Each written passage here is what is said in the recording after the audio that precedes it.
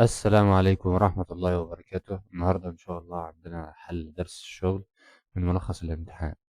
نقول بسم الله ونبدأ على بركة الله. أول سؤال بيقول لي صيغة أبعاد الشغل هي. علشان يا ولاد أكون عارف صيغة أبعاد الشغل هي إيه، لازم الأول أكون عارف هو قانون الشغل إيه أصلا. دلوقتي قانون الشغل عندي ال W بتساوي ال F في ال D في كوزين الثيتا.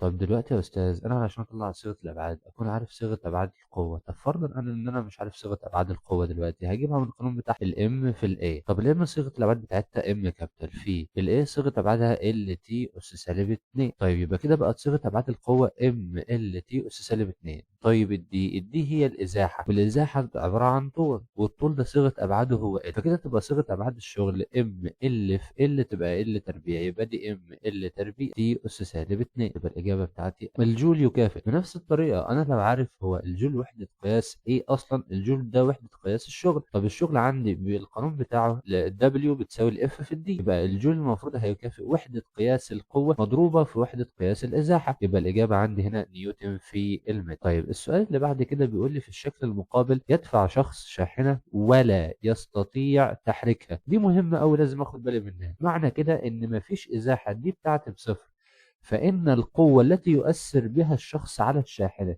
القوة نفسها هتساوي صفر. استحالة ان القوة تساوي صفر، لان هو بالفعل بدأ ان هو يزقها بقوة معينة. طيب تاني حاجة، لا تبذل شغلا. فعلا القوة مش هتبذل شغل، لان المفروض ان الشغل عندي بيساوي الاف في الدي. طيب والدي بتاعتي هنا بكام؟ بصفر، فأي حاجة بصفر بصفر. طيب اللي بعد كده بيقول لي تبذل شغلا موجبا، اكيد لا. تبذل شغلا سالبا برضه لا. طب امتى تبذل شغل موجب يا مستر؟ لما تبقى السيتا بتاعتي بتساوي صفر. امتى تبذل شغل سالب؟ لما السيتا بتاعتي تكون بتساوي 180. السؤال اللي بعد كده في السؤال الرابع بيقول لي قوة أفقية مقدارها 20 نيوتن أثرت على عربة حركتها مسافة أفقية. القوة أفقية والمسافة برضه أفقية، تمام.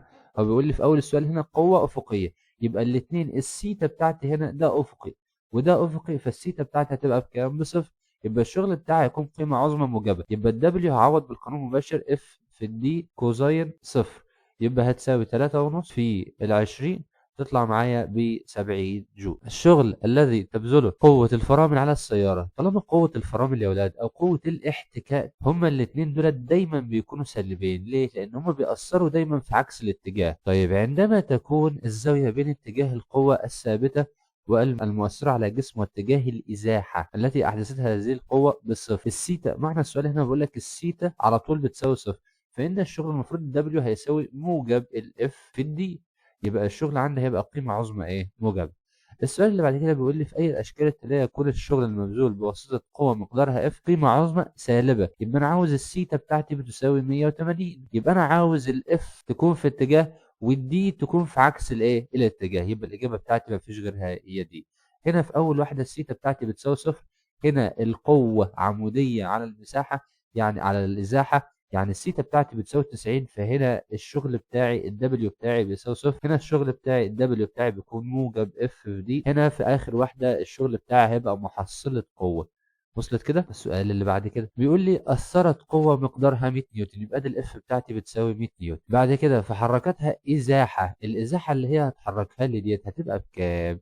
ادي دي بتساوي 2.5، فإن الشغل لازم تبذله هذه القوة إذا كانت في اتجاه حركة الجسم، معناها إن السيتا بتاعتك بتساوي صفر، يبقى ال W هتساوي ال F في الدي هيساوي 100 في 2.5 في كوزين صفر اللي هي بكام؟ بواحد، يبقى الإجابة بتاعتي هنا تبقى ب 150. السؤال اللي بعد كده بيقول لي تميل بزاوية 60، هي طالما تميل بزاوية 60 على اتجاه الحركة خلاص، يبقى القوة بتميل بزاوية 60، يبقى الدبليو بتاعتي هتساوي 100 في 2.5 في كوزين ال60 بتاعتي، هتساوي عندي هنا كام؟ المفروض ان كوزين 60 دي بنص، يبقى 100 في 2.5 اللي هي ب 250 في نص تطلع معايا ب 125 جول. السؤال اللي بعد كده بيقول لي طفل كتلته ادي الام بتاعتي يتحرك افقيا في صاله التزلج فيكون الشغل لازم تبذله قوه الوزن. برضو من الثوابت اللي عندي ان قوه الوزن دي دائما عموديه وتؤثر لاسفل. هو المفروض ليها حالات تانية بتكون فيها قوه الوزن مش عموديه، بس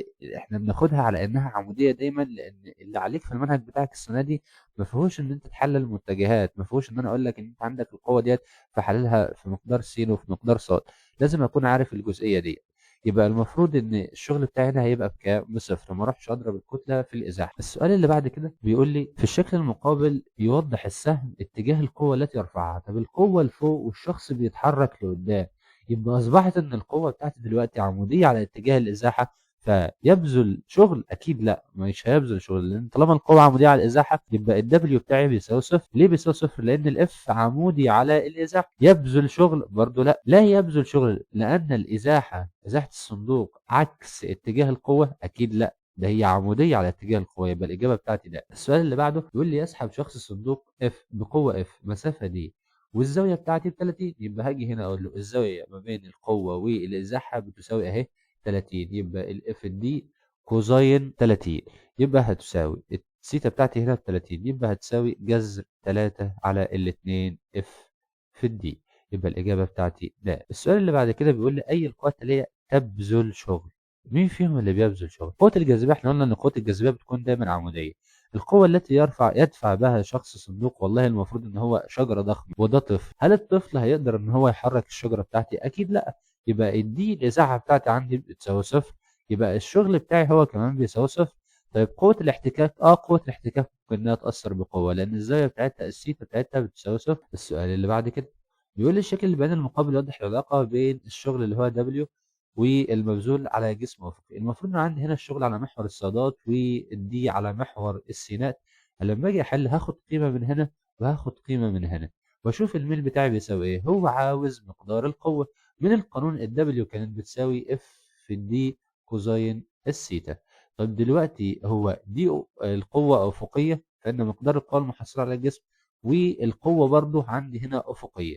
الإزاحة أفقية والقوة أفقية، يبقى الثيتا عندي بصفر، يبقى الشغل بتاعي بيساوي الإف في الدي فقط. يبقى الإف هتساوي اللي أنا عاوزه أقسم على اللي جنبه، يبقى الدبليو عندي على الدي. طيب الدبليو بكام؟ 30 على الستة هتساوي معايا 5 نيوتن، يعني الإجابة ج. السؤال اللي بعده فيه فكرة كويسة يا ولاد، ممكن ناخدها إنها قاعدة ثابتة. إيه هي القاعدة الثابتة اللي أنا ممكن آخدها من السؤال ده؟ أول حاجة، هو دلوقتي مديني القوة على محور الصادات والإزاحة على محور السينات، وعاوز الشغل المبذول لما تكون الازاحه بكام؟ بستة. علشان احسب حاجه زي كده يا ولاد لازم اخد بالي الاول. هو انا ممكن اروح اجيبها مباشره، دبليو بتساوي الاف في الدي هتساوي كام؟ الستة في 10 بتساوي 60. بس خلي بالك بقى هنا، خدها قاعده ثابته. اي حاجه هيطلبها منك على رسم بياني وتكون عباره عن حاصل ضرب محور الصادات في محور السينات، هات على طول المساحه اسفل المنحنى. طب انا اجيب المساحه اسفل المنحنى دي ازاي؟ والله قسم المنحنى بتاعك ده لشكل هندسي تكون انت عارف المساحه بتاعته. طب طالما انا عارف المساحه بتاعته خلاص، يبقى اجيب ده مستطيل دلوقتي، الطول بتاعه اهو والعرض بتاعه اهو. يبقى الطول بتاعه بست، من صفر ل10 يبقى 10. طيب والعرض بتاعه بستة، تمام اهو، من صفر للست. يبقى المفروض دلوقتي انا علشان اروح احسب مساحه المستطيل بتساوي الطول في العرض، يبقى 10 في 6 برضه طلعت معايا بكام؟ ب 60. الاسهل ليك حل بيه. طيب بيقول لي السؤال اللي بعده، دراجة نارية تتحرك في خط مستقيم تحت تأثير قوة موتورها. ادي القوة بتاعت الموتور اللي هي القوة بسميها اف محركة بتساوي 500، وقوة الاحتكاك ادي الاف احتكاك بتساوي 200. طيب احنا قلنا ان قوة الاحتكاك بتكون دايما عكس القوة المحركة، يعني لو القوة المحركة كده قوة الاحتكاك هتبقى كده، دي 500 ودي 200. يبقى انا هجيب المحصلة بتاعتهم تبقى كام؟ ب 300. طيب يبقى انا القوه المحصله عندي هنا بقت 300 نيوتن. طيب بعد كده بيقول لي فان الشغل الذي تبذله القوه المسرعه عشان تحركها مسافه كام؟ 50 متر. طب ال 50 متر ده اكيد هيبقى مع الاتجاه الكبير، يبقى المفروض الثيتا عندي هتبقى بصفر.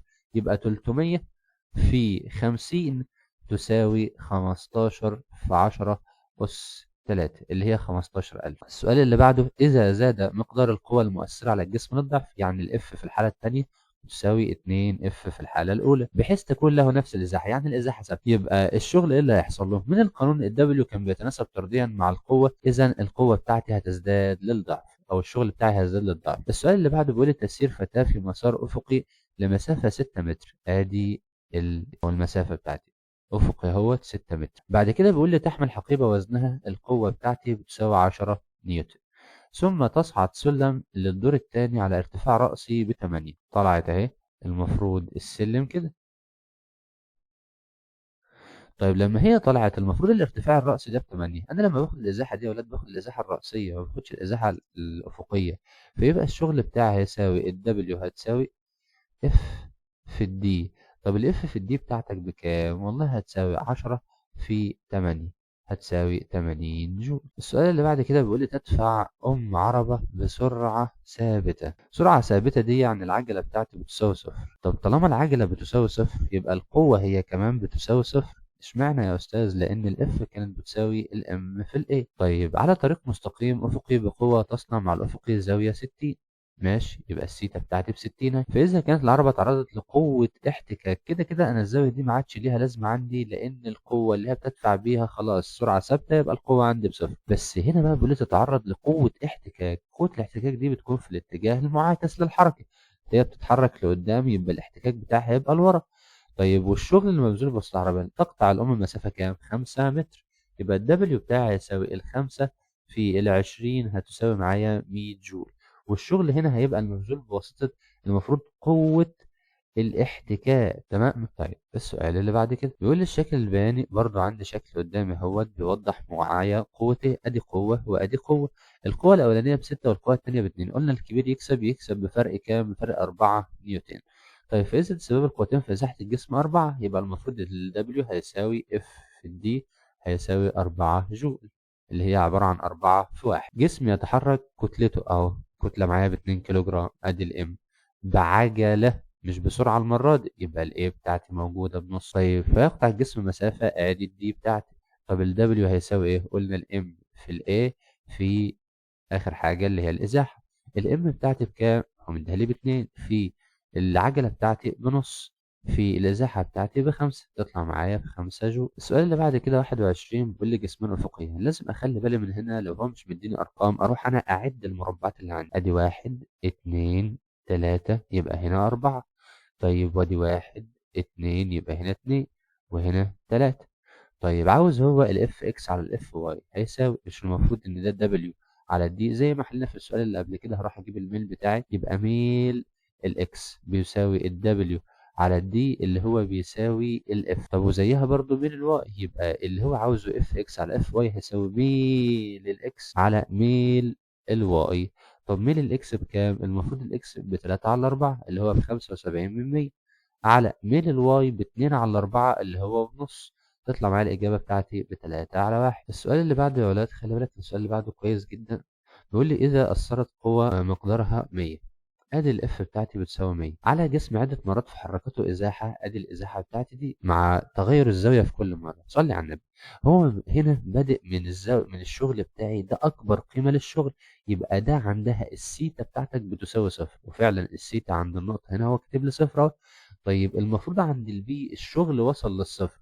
الشغل لما يوصل للصفر ودي ربع دورة، يبقى السيتا عندي هنا بتساوي كام؟ 90. طيب بص كده، حاجة لازم اخد بالي منها، ادي واحدة وادي مربع وادي مربع، يبقى المفروض دول 3 مربعات ودي 90، يبقى 90 على التلاتة يبقى دي 30 وديت 60.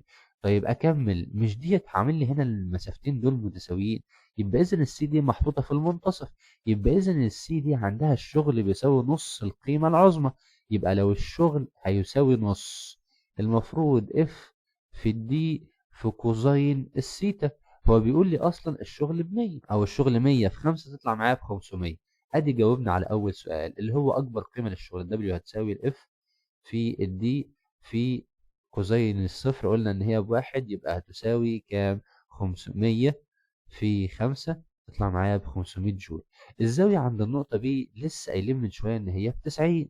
طب الزاويه يا استاذ عند الدي ما انا قايل لك انها ب60، ممكن اجيبها بالفهلوه ان انا اقسم المربعات ديت وديت 90 والثلاث مربعات دول متساويين، يبقى 90 على الثلاثه يبقى المربع الواحد هيبقى 30، ف30 و30 تبقى هنا الاجابه بتاعتي ب60. او ان انا اروح اجيبها من نص الشغل. وصلت كده؟ السؤال اللي بعد كده خلي بالك السؤال ده يعتبر مهم شويه، هو عاوز الشغل اكس على الشغل واي، هو مديلك هنا سرعه ومديلك هنا زمن، بس خلي بالك هو هنا سوالك قال لك عندما يقطع نفس الازاحه، يبقى المفروض ان الشغل بتاعك ده او الدبليو اكس على الدبليو واي هجيبها لك من الاول أهو. المفروض ان هو كان بيساوي ايه؟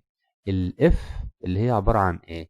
الاف ديت كانت اهو الاف الاول اف اكس على الاف واي بتساوي، المفروض الاف اكس على الاف واي ديت جواها ام في ايه؟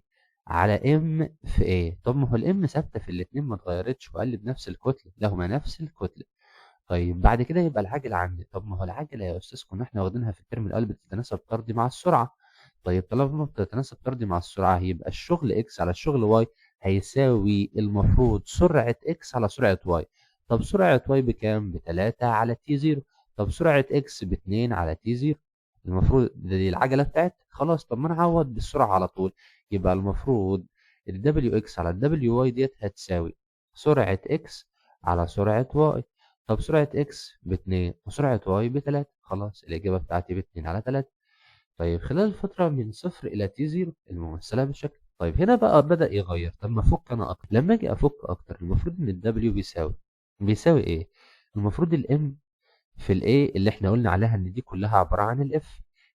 هو السرعة مش كانت بتساوي الدي على التي؟ طب لما أجي أنا أجيب الدي لوحدها يبقى الدي بتاعتي هنا بتساوي الفي في التي. طب ما تضربها كده تبقى هنا في ايه في تي. طب معلش تعالى نفك كمان فكه كده صغيره هنا تحت اهو. دبليو بتساوي الام، هشيل الايه واحط مكانها في على ايه؟ على تي في الفي في التي. طب ما هنا تي راحت مع تي يبقى اتبقى لي الدبليو اللي هو الشغل بيساوي ام في الفي تربيع. طب اصبح ان انا مش انا جبت يبقى الدبليو عندي هنا بيتناسب طردي مع الفي تربيع. يبقى الدبليو اكس على الدبليو واي بيساوي في اكس تربيع على الفي واي تربيع هتساوي الفي اكس تربيع بكام؟ 2 تربيع تبقى ب4 على 3 تربيع تبقى بكام؟ ب9. يبقى الإجابة بتاعتي ب4 على 9. وبكده نكون خلصنا الأسئلة الاختيارية بتاعة الشغل.